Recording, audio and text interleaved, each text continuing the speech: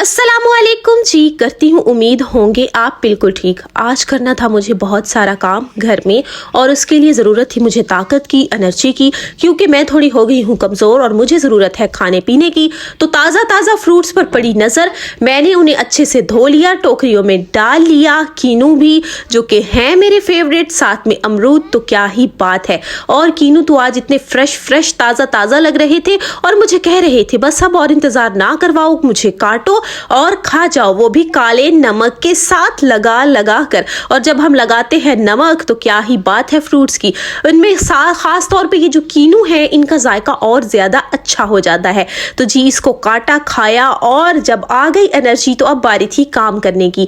हमने की अपने स्टोर की सफाई और वहां से निकली कुछ पुरानी यादें, कुछ कीमती चीजें और ये लाइट जो कि हम कभी जलाया करते थे और इस पे बैठ के स्टडी किया करते थे और भी घर के काम, और ये हीटर जिसने हमें बहुत ज़्यादा हमारा साथ दिया और इसको हमने जितना चला सकते थे इसको चलाया और अपनी जो है वो सर्दी को दूर भगाया। और साथ में ये लाइट जिसे देख के मुझे बहुत सारी याद आ गई, क्योंकि जब कभी अगर लाइट नहीं होती थी तो इसको जलाकर हम टेबल पर रख कर और स्टडी किया करते थे। और ये कुछ बुक्स हैं जो कि अब किसी काम की भी नहीं है, तो इनको भी साइड पे निकाला कि ये अब हम किसी को दे देंगे। और ये जो चीज़ें हैं ये अब ख़राब हो चुकी हैं, ये तो है पता नहीं ठीक होंगी या नहीं, लेकिन ये जो किताबें हैं हमने सोचा ये किसी को अगर ज़रूरत हुई तो हम दे देंगे।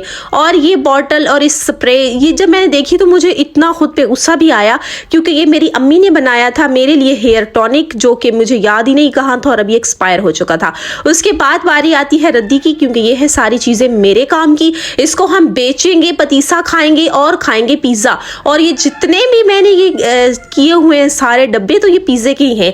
और मैं जब पिज़्ज़ा मंगवाती हूँ तो उनके डब्बों को मैं सेव करके रख देती हूँ, एक शॉपर में डालकर या किसी थैले में डालकर। और फिर जब वो बहुत ज़्यादा हो जाते हैं उनको मैं करती हूँ सेल, और सेल करने के बाद फिर से पिज़्ज़ा खाती हूँ और फिर से मैं ऐसे ही अपना प्रोसेस शुरू कर देती हूँ। ये सारी बुक्स देख के मुझे खुद पे बड़ा फ़ख्र हो रहा था कि हाय मैं कितनी पढ़ाकू हुआ करती थी। वैसे ये सारी मेरी अकेली की बुक्स नहीं हैं, सारे घर वालों की हैं। और ये सारी बोटल्स और कोई आए रद्दी वाला जिसे मैं ये बेचूं और खाऊं पतीसा, अब मैं कर रही थी इंतज़ार।